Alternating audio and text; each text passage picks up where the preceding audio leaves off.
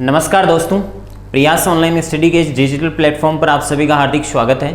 दोस्तों, जैसा कि आप देख पा रहे हैं, आज अपन चर्चा करेंगे नंबर सिस्टम में नेक्स्ट पार्ट संख्याओं के प्रकार से संबंधित, और उसी सीरीज में अपन आज आगे बात करेंगे भाज्य तथा अभाज्य संख्याएं। ठीक है, किस प्रकार की संख्याएं? भाज्य तथा अभाज्य संख्याएं। तो मैं बात कर लेता हूं भाज्य, या इनको बोलते हैं अपन संयुक्त। क्या बोलते हैं? संयुक्त संख्याएं, या इनका दूसरा नाम होता है यौगिक संख्याएं। कौन सी संख्याएं? यौगिक, कंपोजिट नंबर भी इनको बोलते हैं इंग्लिश में। ठीक है, हाँ जी। इसी के साथ में एक सीरीज और आएगी हमारे पास में अभाज्य संख्याओं की। किसकी सीरीज आएगी? अभाज्य, या इनको अपन बोलते हैं रूट या प्राइम नंबर भी बोलते हैं। क्या बोलते हैं? Prime number. प्राइम नंबर, हाँ जी। देखिएगा, भाज्य संख्याएं क्या होती है और अभाज्य संख्याएं क्या होती है। इनको जनरली संयुक्त और अभाज्य संख्या भी बोल सकता है। शॉर्ट में संयुक्त का मतलब होता है भाज्य, और अभाज्य बोल सकता है, रूट भी बोल सकता है अभाज्य को। भाज्य संख्याएं क्या होती है कि सिंपल डेफिनेशन ये होती है कि सबसे पहले एक से बड़ी वे प्राकृत संख्याएं, एक से बड़ी वे प्राकृत संख्याएं जिनमें एक व स्वयं के अलावा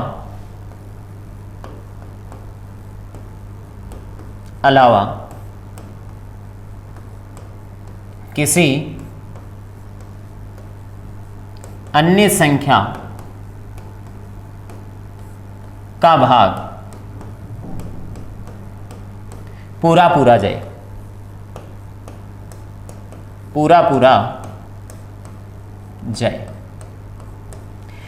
एक से बड़ी वे प्राकृतिक संख्याएं जिनमें एक व स्वयं के अलावा किसी अन्य संख्या का भी भाग पूरा जाए, उन्हें भाज्य संख्या कहते हैं।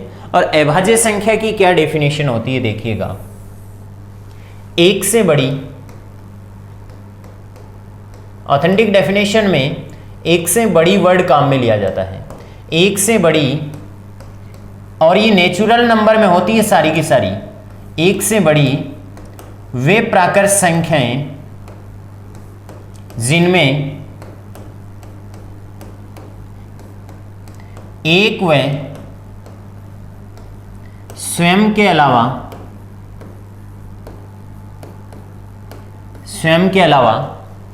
किसी अन्य संख्या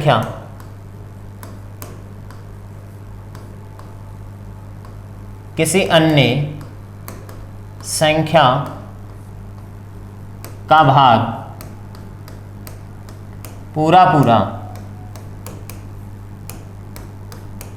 न जाए। एक से बड़ी वे प्राकृतिक संख्याएं जिनमें एक व स्वयं के अलावा किसी अन्य संख्या का भाग पूरा नहीं जाए, तो वो क्या कहलाती है? अभाज्य, या इनको रूट भी बोल सकते हैं, प्राइम नंबर बोलते हैं। ठीक है, देखिएगा, एक व स्वयं के अलावा किसी अन्य संख्या का भाग पूरा न जाए तो वो होती है अभाज्य, और भाग पूरा जाए तो वो क्या होती है? भाज्य होती है। ठीक है, अभी अपन फर्दर डेफिनेशन की बात करें तो देखिएगा, अपन इनकी डेफिनेशन ये भी बना सकते हैं, जिनके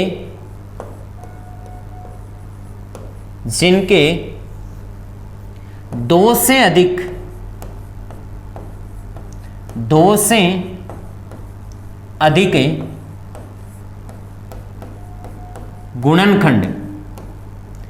गुणनखंड को अपन फैक्टर बोलते हैं, लेकिन ये विशेष प्रकार के भाजक होते हैं। एक तरीके से क्या होते हैं? भाजक ही होते हैं, जिनके दो से अधिक गुणनखंड उपस्थित हो। ऐसी संख्याएं जिनके दो से अधिक गुणनखंड हैं तो वो संख्याएं भाज्य की श्रेणी में आती हैं, और ऐसी संख्याएं जिनके केवल दो ही गुणनखंड उपस्थित होते हैं वो अभाज्य की श्रेणी में आती है। अभाज्य किनको कहते हैं? केवल दो ही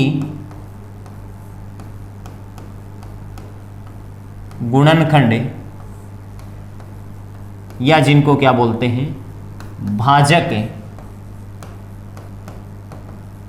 उपस्थित हो।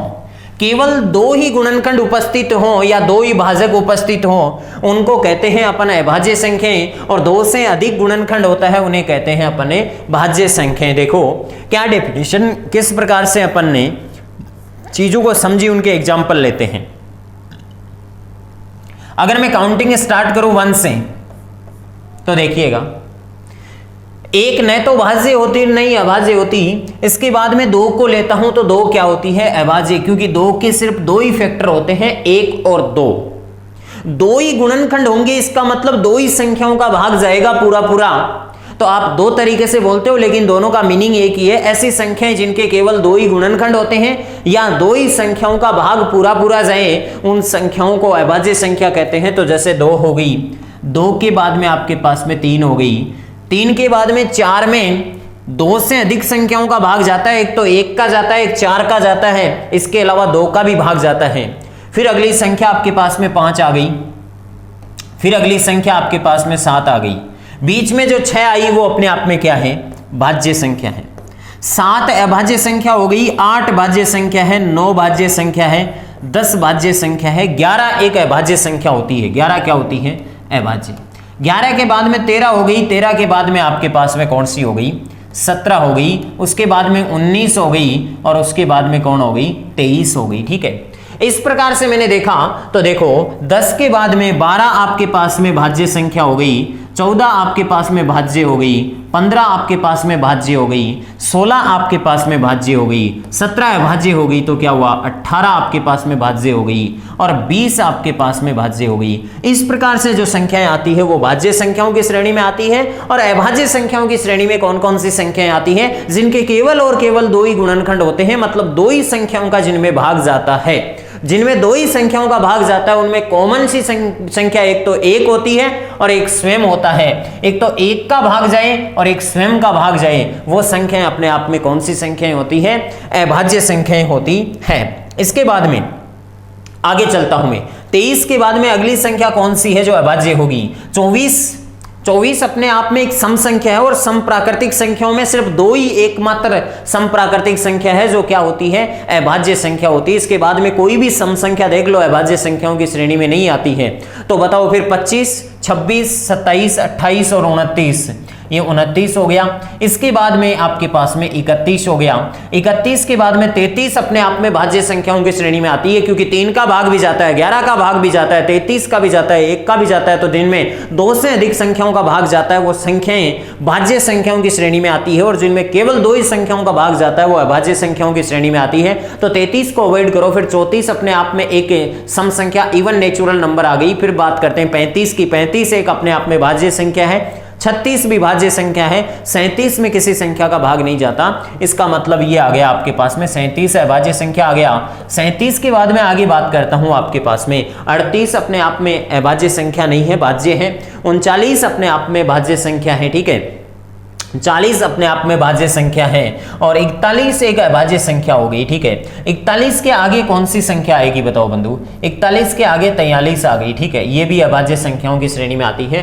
43 के बाद में आपके पास में 44 नहीं ले सकते, 45 नहीं ले सकते, 46 नहीं ले सकते, 47 देखिएगा अपने आप में एक अभाज्य संख्या आती है। कौन सी संख्या आती है, अभाज्य संख्या आती है, तो 47 आ गई। ठीक है, ये आपके पास में अभाज्य संख्याएं आ गई 50 तक, और 50 तक टोटल कितनी अभाज्य संख्याएं होती है आपके पास में, 9 और 6 कितनी हो गई, 15 हो गई आपके पास में। ठीक है, फिर अपन बात करते हैं आगे 51। 17 3 51 होता है। 51 अपने आप में अभाज्य संख्या नहीं हो सकती। 52 अपने आप में भाज्य होती है। 53 अपने आप में देखो अभाज्य संख्या होती है। 53 में किसी का भाग जाता है कि देखो देखें नहीं जाता। 53 के आगे देखो आप अपने आप में कि 54, 55, 56, 57 है, 57 अपने आप में भाज्य संख्या है कि अभाज्य? देखिएगा 29 दूना 58 है, 58 अपने आप में भाज्य संख्या होती है, लेकिन 57 को देखिएगा 19 दूना 38, 19 3 57, 19 का भाग जाता है 57 में और 57 में जाता है तो 57 अभाज्य नहीं हो सकती, 58 नहीं हो सकती। 59 देखिएगा 59 अपने आप में अभाज्य संख्या है, 59 हो गई। उसके बाद में देखिएगा 61 हो गया, 61 के बाद में 63, 21 3 63 होता है, 64 65 66 67, 67 अपने आप में अभाज्य संख्या हो गई। कैसी संख्या होगी? अभाज्य संख्या होगी। 67 के बाद में 68 69, 69 अपने आप में भाज्य संख्या होती है। 70 71 देखो 71 आ गया इसी ग्रुप में, ठीक है। 71 के बाद में कौन आ गया? 73 आ गया, ठीक है। ये अपने आप में अभाज्य संख्या हो गई 75 तक। और अभी अपन आगे इसी श्रृंखला में और लिखते हैं, देखिएगा ये अपने अपन 73 हो गई और उसके बाद में देखो 74 75 76 78 79 देखिएगा अपने आप में कैसी संख्या होती है? अभाज्य संख्या होती है 79, ठीक है। इसके बाद में देखिएगा, इसके बाद में आप बात करते हैं 79 के बाद में 81 अपने आप में एक भाज्य संख्या होती है जिसमें 9 का भी भाग जाता है कि नहीं जाता है, और 3 का भाग भी जाता है, ठीक है। 83 में किसी संख्या का भाग जाता है क्या? देखो 80 में किसी संख्या का भाग जाता है तो वो 40 का जाता है, ठीक है। और 80 में किसी संख्या का भाग जाता है क्या? 3 बार नहीं जाता। तो अपन कह सकते हैं कि 81 अपने आप में 83 अपने आप में कैसी संख्या होगी? अभाज्य संख्या होगी। 84 85 86 से और 87 अपने आप में कैसी होगी? देखो 87 अपने आप में भाज्य संख्या होगी। 29 दूना 58, 29 3 87 होता है। 89 अपने आप में देखो 9 और 8 कितना होता है? 17, एक अभाज्य संख्या होगी कि नहीं होगी? तो 89 अपने आप में अभाज्य संख्या होगी। और उसी के बाद में 89 के बाद में 90 भाज्य होगी। 91 देखिएगा अभाज्य संख्या होगी क्या? 13 7 91 होता है, नहीं हुई अभाज्य संख्या, ठीक है। 92 93 अपने आप में अभाज्य संख्या होगी क्या? 31 3 93 होता है, 93 नहीं हुई। तो 94 को देखिएगा 95 96 97 98 97 अपने आप में अभाज्य संख्या हुई क्या? 99 तो नहीं होती है, 97 अपने आप में क्या होगी? अभाज्य संख्या हो गई, ठीक है। तो इस प्रकार से मैंने देखा कि ये अभाज्य संख्याओं के आपके पास में कितना क्या हो गया? युग्म हो गया 97 तक। तो इस प्रकार से लास्ट में मैं बात करूं 101 आ गई। अगली संख्या कौन सी आ गई? 101। ये अभाज्य संख्याएं हमने लिखी, ये अभाज्य संख्याएं हमें बहुत हेल्प करेगी एक्सेट्रा। ये अभाज्य संख्याएं होती है। इन अभाज्य संख्याओं की एक खास बात होती है कि कुछ खास प्रश्न अगर आपसे पूछे तो उनका जवाब आप कैसे दोगे। सबसे पहले मैं 1 बाय 1 पूछता हूं आपसे। 1 से 100 तक भाज्य संख्याओं की संख्या क्या होती है? तो अपन कहते हैं नॉट एक न तो भाज्य और न ही अभाज्य। नॉट एक न तो संयुक्त, एक न तो संयुक्त न ही अभाज्य, न ही अभाज्य। एक न तो संयुक्त की श्रेणी में आता है, न ही अभाज्य की श्रेणी में आता है, ठीक है। लेकिन अपन बात करें कि 1 से 100 तक, 1 से 100 तक टोटल अभाज्य संख्याएं कितनी होती है या भाज्य संख्याएं कितनी होती है? 1 से 100 तक टोटल अभाज्य संख्याओं की बात करें, अभाज्य संख्याएं ये टोटल होती है, अभाज्य संख्या होती है टोटल आपके पास में 25, ठीक है। कितनी होती है? 25। ये किस प्रकार से डिवाइडेशन होता है इनका वो बताता हूं मैं आपको, ठीक है। अगर बात की जाए 1 से 25 तक, 1 से 25 तक कैसी संख्याएं? अभाज्य संख्याएं। कैसी संख्याएं? अभाज्य संख्याएं। 1 से 25 तक अभाज्य संख्या कितनी होती है? 9 होती है, ठीक है। बताओ 25 से 50 तक कितनी होती है? 25 से लेके 50 तक आपके पास में कितनी अभाज्य संख्याएं होती है? 6 होती है। कितनी होती है? 6। 50 से 75 तक अभाज्य संख्याएं कितनी होती है? 50 से 75 तक अभाज्य संख्याएं होती है आपके पास में कितनी? फिर 6 होती है। 75 से 100 तक अभाज्य संख्याएं कितनी होती है? 75 से 100 तक अभाज्य संख्याएं कितनी होती है? तो 75 से 100 तक अभाज्य संख्याएं होती है 4। देखो इनको याद कर सकते हो आप, 9 6 6 4, ठीक है। इस प्रकार से अभाज्य संख्याओं का युग्म होता है। एक ट्रिक भी होता है, उसको ध्यान रखना आप है। ट्रिक क्या होता है? 9664। इस प्रकार से कॉन्टैक्ट नंबर की तरह याद रखना इनको, 9664। इस प्रकार से ये अभाज्य संख्याओं का युग्म होता है। और ये 9 और 6 15 और 6 21 और 4 25 अभाज्य संख्याएं हो गई 1 से 100 तक है। तो मैं आपसे ये पूछ लूं कि बताइएगा 1 से 100 तक, 1 से 100 तक भाज्य संख्याएं कितनी हो गई? 1 से 100 तक भाज्य संख्या कितनी हो गई? 1 से 100 तक भाज्य संख्या हो गई 74, क्योंकि एक न तो भाज्य है और न ही अभाज्य है। क्योंकि एक न तो भाज्य की श्रेणी में आता, नहीं अभाज्य। तो टोटल आपके पास में कितनी होती है? 100 में से 25 आपके पास में प्राइम नंबर हो गई, तो 74 जो बची है रिमेनिंग नंबर्स हैं वो आपके पास में क्या हो गई? भाज्य या कंपोजिट नंबर हो गई। ओके, तो 74 हुई। अभी आपको कोई पूछे 50 से लेके 75 तक कितनी अभाज्य संख्याएं हैं, तो 50 से 75 तक 6 है। अगर आपको 25 से 75 तक पूछे तो 6 और 6 12 हो जाएगी। 50 से 100 तक पूछे तो 6 और 4 10 हो जाएगी। 1 से लेके 50 तक पूछे तो 9 और 6 15 हो जाएगी। 1 से लेके 75 तक पूछे तो 9 और 6 15 और 6 21 हो जाएगी। इस प्रकार से आपको किसी भी ग्रुप में अभाज्य संख्याओं के बारे में पूछे तो वो बताना आना चाहिए। इसके अलावा मैं बात करता हूं, ये 2 क्या है? 2 एकमात्र एक ऐसी संख्या है जो सम अभाज्य संख्या है, ठीक है। 2 क्या है? एकमात्र। 2 क्या है?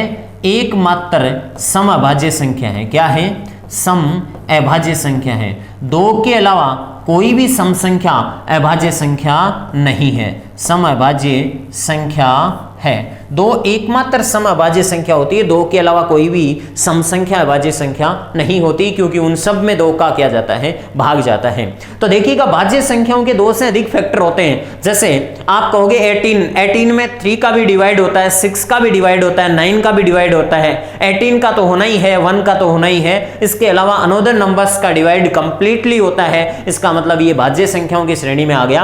और जिनमें सिर्फ 2 ही संख्याओं का भाग जाता है, एक तो यूनिवर्सल भाजक होता है, एक जो हर संख्या में भाग दे देता है, और एक वो स्वयं होती है जिसका भाग एक बार जाता है। इसके अलावा किसी अन्य संख्या का भाग नहीं जाए तो वो अभाज्य संख्याओं की श्रेणी में आता है, ठीक है। इसके अलावा अपन बात करें तो देखो अपन को कुछ थ्योरेटिकल प्रश्न आने चाहिए, ठीक है। थ्योरेटिकल प्रश्न ऐसे होते हैं कि मैं आपसे पूछूं कि सर्वप्रथम सबसे छोटी सम अभाज्य संख्या कौन सी होगी, ठीक है। तो सबसे छोटी विषम अभाज्य संख्या, तो मैंने कुछ स्टेटमेंट बताया। सबसे छोटी विषम अभाज्य संख्या कौन सी हुई? सबसे छोटी विषम अभाज्य संख्या कौन सी हुई? सबसे छोटी विषम अभाज्य संख्या, देखो 2 जो होती है वो सम होती है। विषम अभाज्य संख्या सबसे छोटी कौन होती है? 3 होती है। तो सबसे छोटी विषम अभाज्य संख्या आपके पास में कौन हो गई? 3 हो गई। सबसे छोटी विषम अभाज्य संख्या आपके पास में कितनी हो गई? 3 हो गई, ठीक है। हाँ, नेक्स्ट देखिएगा। नेक्स्ट मैं आपसे प्रश्न पूछूं इस प्रकार से कि सबसे छोटी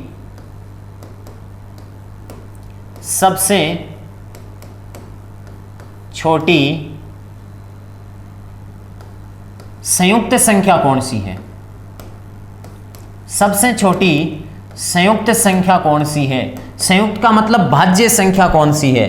तो सबसे छोटी भाज्य संख्या आपके पास में कौन आती है? 4 आती है। पहली भाज्य संख्या कौन आती है? 4। और मैं अगला प्रश्न आपसे पूछूं कि सबसे छोटी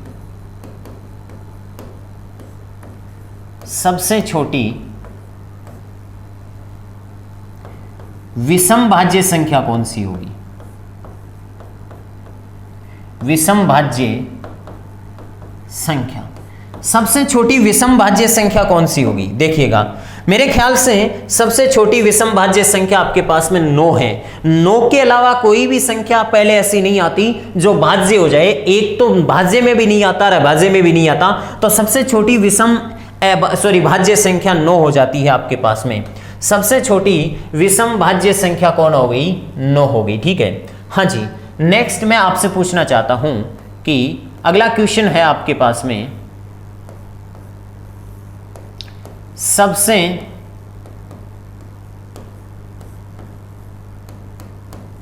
छोटी 3 अंकीय अभाज्य संख्या कौन सी है? सबसे छोटी और 3 अंकीय अभाज्य संख्या कौन सी है? अभी अभी हमने डिस्कशन किया है 97 के बाद में कौन सी आती है? 101 आती है। सबसे छोटी 3 अंकीय अभाज्य संख्या आती है आपके पास में 101। ठीक है, इसी प्रकार से मैं अगला प्रश्न आपसे पूछना चाहता हूं कि सबसे बड़ी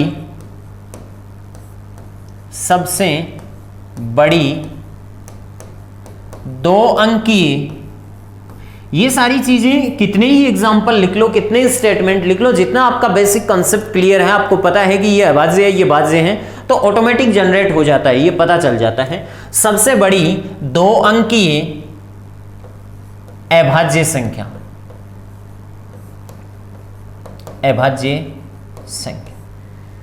सबसे बड़ी 2 अंकीय अभाज्य संख्या आपके पास में कौन आती है? 97 आती है।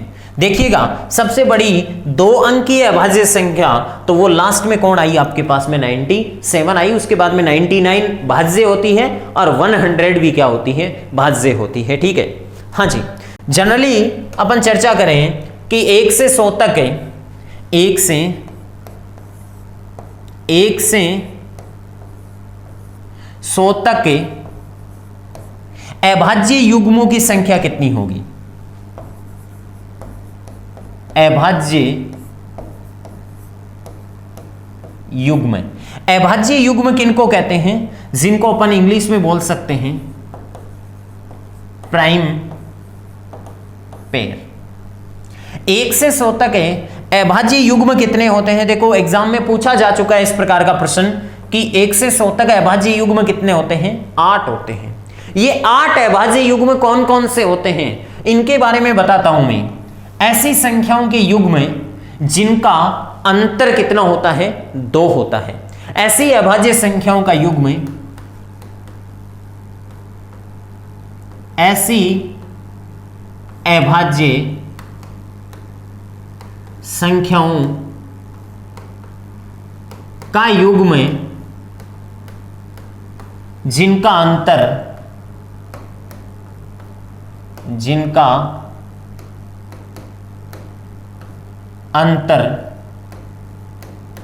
2 हो।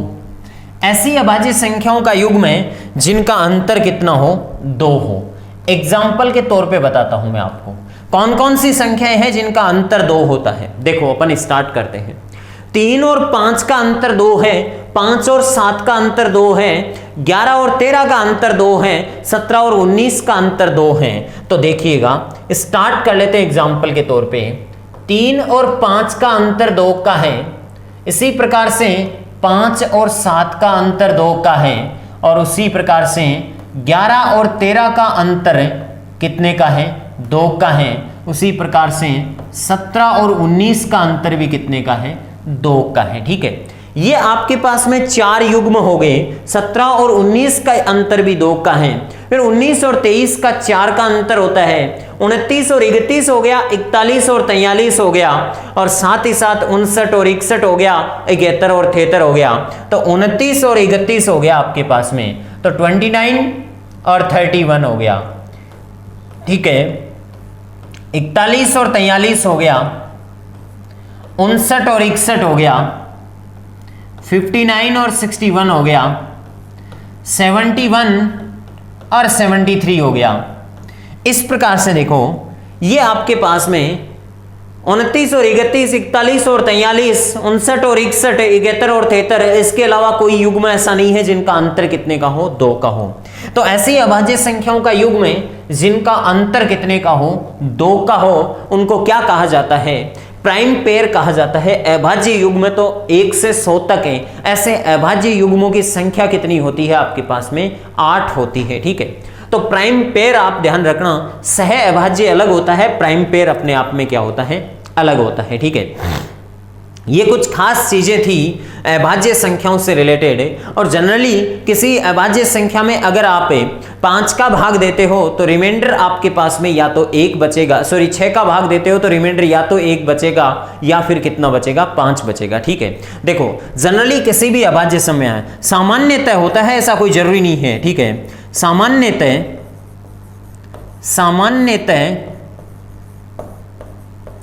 किसी संख्या में,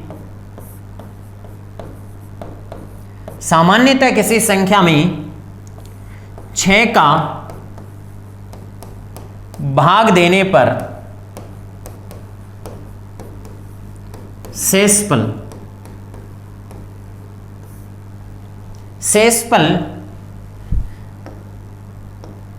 1 या 5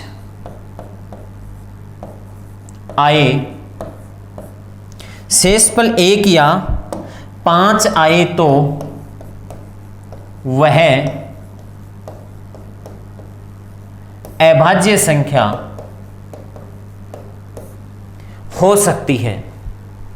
अभाज्य संख्या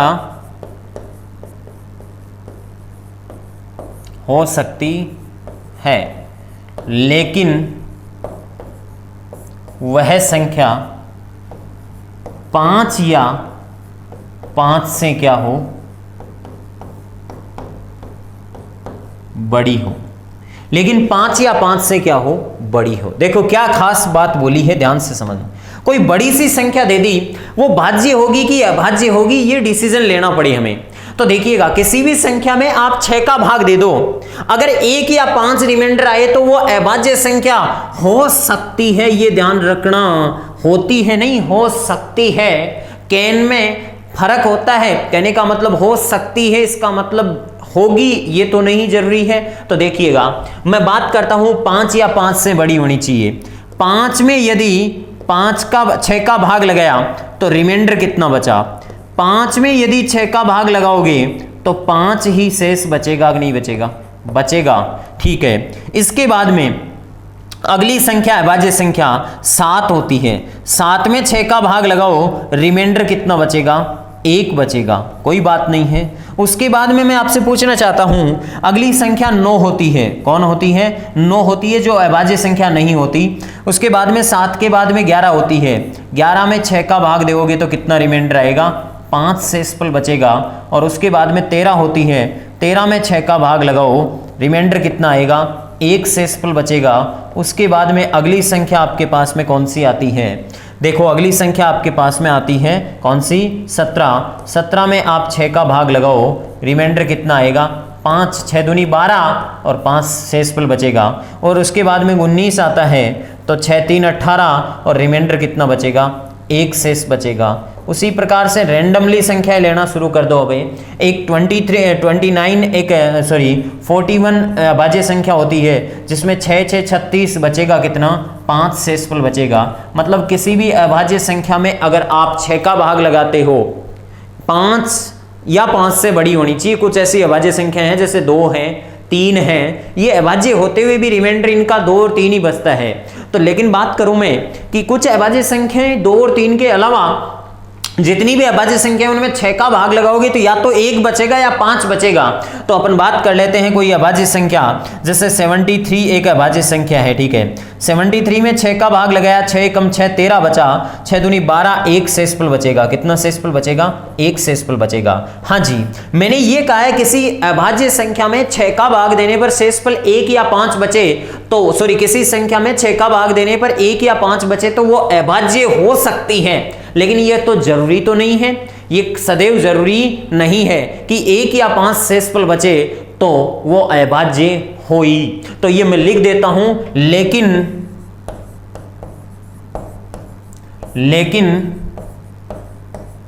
सदैव जरूरी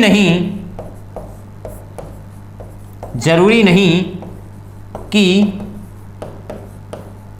शेष 1 या 5 बचे तो अभाज्य ही होगी। ये सदैव जरूरी नहीं है कि शेष 1 या 5 बचे तो सदैव अभाज्य होगी, लेकिन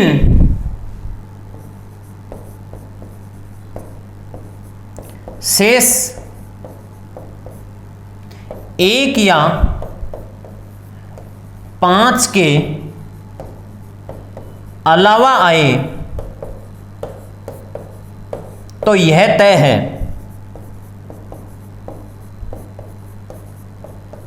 कि वो अभाज्य तो क्या खास बात बोल दी भी, किसी भी संख्या में 6 का भाग लगाओ, शेषफल यदि 1 या 5 के अलावा आ जाए तो वो अभाज्य तो नहीं होगी। अगर 1 या 5 के अलावा शेषफल आ जाए तो वो अभाज्य तो नहीं है, लेकिन 1 या 5 आए तो अभाज्य हो ये भी जरूरी नहीं। क्या दोहरी बात बोलती हुई। तो आपको क्या करना है, शार्पनेस ऐसे लानी है, किसी भी संख्या में भाग लगाओ 6 का, अगर शेषफल 2 बचे तो कह दो ये अभाज्य नहीं है, भाज्य। और किसी भी संख्या में 6 का भाग लगाओ, शेषफल अगर 4 आ जाए तो कह दो ये अभाज्य नहीं है। अभाज्य होगी तो शेषफल 1 या 5 बचेगा, लेकिन 1 या 5 बचने के बाद में भी चेक किया जाता है कि अभाज्य है या नहीं। ये चीज भी लागू होती है, ये चीजें ध्यान रखना, कॉमन सेंस की सी बातें हैं, ये सारी चीजें इंपॉर्टेंट हैं। किसी भी संख्या में भाग दो और शेषफल 1 बच जाए तो इसका मतलब अभाज्य हो जरूरी नहीं है। जैसे 25/6, 25 में 6 का भाग लगाया, कितना बचा? दोनों की दोनों चीजों का मैं प्रैक्टिकल करके बताऊंगा आपको। 25 में 6 का भाग लगाया, शेषफल क्या आया? 1 शेष। अभाज्य हो कोई जरूरी नहीं, कौन? 25 अभाज्य हो जरूरी नहीं, लेकिन एक संख्या देता हूं आपको जिसमें आप 6 का भाग लगाओ, 32 दे दी मैंने, क्या दे दी? 32 में मैंने भाग लगा दिया, मान लो संख्या क्या दे दी मैंने?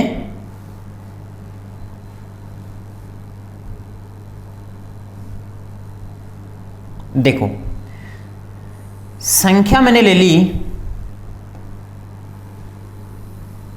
32, क्या ले ली?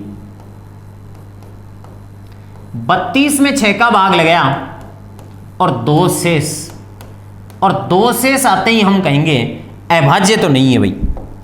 2 शेष आते ही हम कहेंगे अतः अभाज्य तो नहीं। जिस संख्या में 6 का भाग दे रहे हो उसमें शेषफल 1 या 5 के अलावा दिख जाए ना तो कह देना ये अभाज्य तो हो ही नहीं सकती, और शेषफल 1 बच जाए इसका मतलब अभाज्य हो जरूरी नहीं है, हो सकती है अभाज्य। ठीक है, इस प्रकार की चीजें थी। तो ये सारी आपके पास में कॉमन सेंस की सी बातें थी, बड़ी संख्याओं में अभाज्य भाज्य देखने के लिए काम में आता है।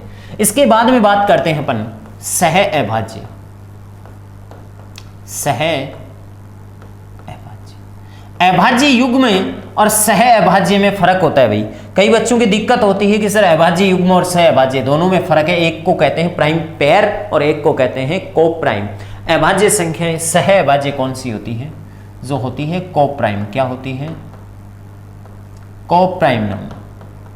को प्राइम नंबर की कुछ डेफिनेशन होती है और वो क्या होती है वो समझ लीजिएगा आप, जिनका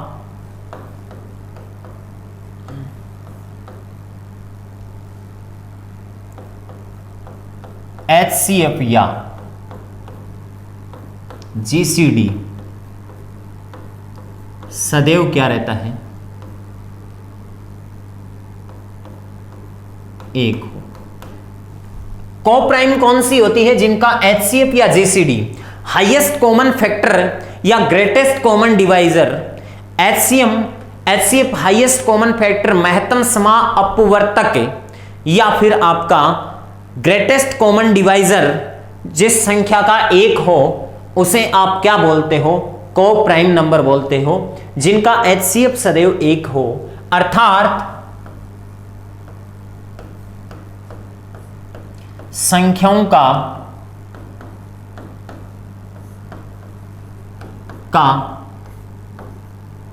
2 या 2 से अधिक, अर्थात संख्याओं का 2 या 2 से अधिक संख्याओं का ऐसा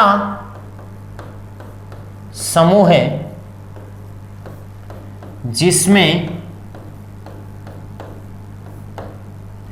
1 के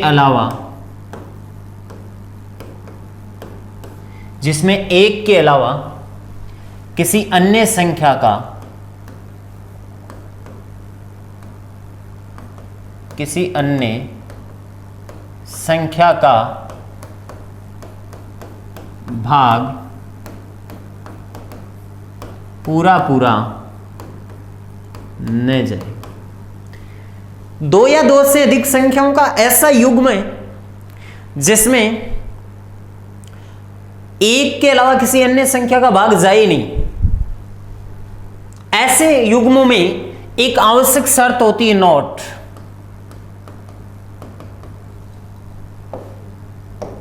इसमें संख्या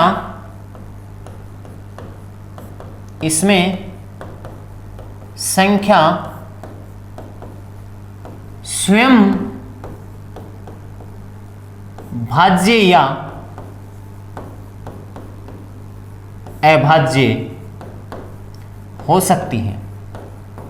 इसमें संख्या स्वयं भाज्य या अभाज्य हो सकती है, कोई फर्क नहीं पड़ता। जैसे एग्जाम्पल के तौर पे 3, 7, 11 ऐसा युग्म है दो से अधिक संख्याओं का जिनमें किसी समान संख्या का भाग जाता ही नहीं है, तो यह सह अभाज्य हो जाएगी। क्या हो जाएगी? सह अभाज्य हो जाएगी। डेफिनेशन पूछता है सह अभाज्य संख्याओं का HCF सदैव एक रहता है। बिल्कुल सही बात है। सह अभाज्यों में संख्याओं में प्रत्येक संख्या अभाज्य होती है, कोई जरूरी नहीं है प्रत्येक संख्या अभाज्य ही हो। प्रत्येक संख्या अपने आप में इंडिविजुअली व्यक्तिगत रूप से संख्या भाज्य भी हो सकती है, अभाज्य भी हो सकती है। नेक्स्ट एग्जांपल आपके सामने रख रहा हूं मैं 11, 15 व्यक्तिगत रूप से कैसी भी हो संख्या सह अभाज्य होंगी। देखो 15 तो आप कहोगे भाज्य है सर। अरे भाई 15 तो भाज्य है। प्राइम पेयर में तो मैंने कहा था दोनों संख्याएं अभाज्य होती है और उनका अंतर कितना होता है? 2। लेकिन को प्राइम में दोनों संख्याएं या तीनों संख्याएं अपने आप में भाज्य या अभाज्य कुछ भी हो सकती हैं, लेकिन उनका HCF सदैव एक आना चाहिए, कॉमन संख्या का भाग नहीं जाना चाहिए। जैसे मैं कहूं 12 आ गया, 15 आ गया और 20 आ गया। देखो जरा 20, 15 और 12 में किसी समान संख्या का भाग जा रहा है क्या? 2 का भाग 12 और 20 में जा रहा है लेकिन 15 में नहीं जा रहा। 5 का भाग 15 और 20 में जा रहा है लेकिन 12 में नहीं जा रहा। और 3 का भाग 15 और 12 में जा रहा है लेकिन 20 में नहीं जा रहा। तो ऐसी कोई संख्या मिलती नहीं है जिसका भाग तीनों में एक साथ चला जाए। मतलब इनका HCF एक आ रहा है, इसलिए ये क्या हो जाएगी? सह अभाज्य हो जाएगी। व्यक्तिगत रूप से कैसी ये संख्या कोई मतलब नहीं है। जैसे 11, 15, 18, 23, 45 ये भी क्या होगी? सह अभाज्य होगी। लेकिन मैं आपके सामने एग्जाम्पल रखता हूं 15, 18 सह अभाज्य नहीं है, ये भाज्य है। किससे? 3 से दोनों एक साथ क्या है? विभाजित है। 3 से दोनों एक साथ विभाजित है, इसलिए सहभाज्य हो गई। इसी प्रकार एग्जाम्पल बोलूं मैं आपको 20, 30 और 40 यह भी क्या हो गई? सहभाज्य। किससे? 10 से तीनों एट ए टाइम विभाजित हो रही।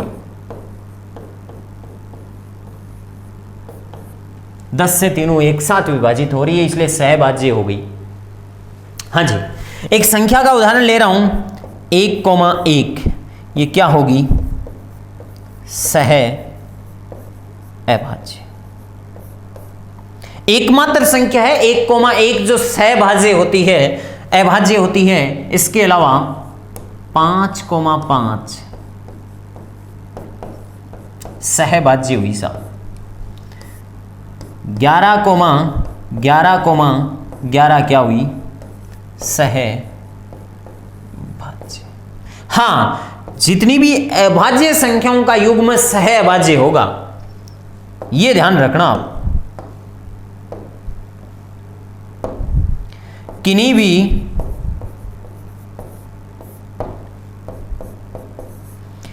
भी अभाज्य संख्याओं का युग्म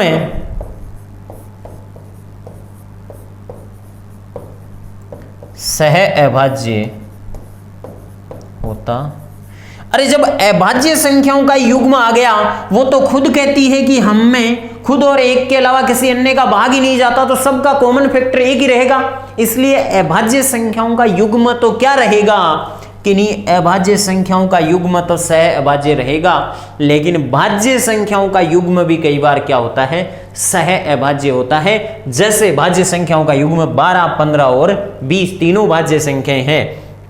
एक भाज्य और एक अभाज्य संख्या का युग्म अभाज्य ही रहता है, क्योंकि वो एक खुद अपने आप में कैसी संख्या है जिसका भाग किसी अन्य संख्या में जा ही नहीं रहा है। ठीक है, हाँ, तो इस प्रकार से। लेकिन कुछ क्रिटिकल सिचुएशंस ऐसी आती हैं जिसमें मैं एक भाज्य संख्या ले रहा हूँ, अभाज्य ले रहा हूँ 7 और दूसरी भाज्य ले रहा हूँ 14, जो क्या हो जाएगी, सह भाज्य हो जाएगी। क्या हो जाएगी, सह भाज्य हो जाएगी। ठीक है, इस प्रकार से आपके पास में सामने है कि कोप्राइम नंबर्स कौन सी होती है, भाज्य और अभाज्य संख्याएं कौन सी होती है, आपके पूरा मैटर सामने है। आप देख पा रहे हो इनमें कि भाज्य और अभाज्य के साथ साथ में अभाज्य युग्म भी ध्यान रखने हैं अपन को, और साथ ही साथ आपको कुछ सह अभाज्य कोप्राइम नंबर्स भी ध्यान रखनी है। Okay, thank you.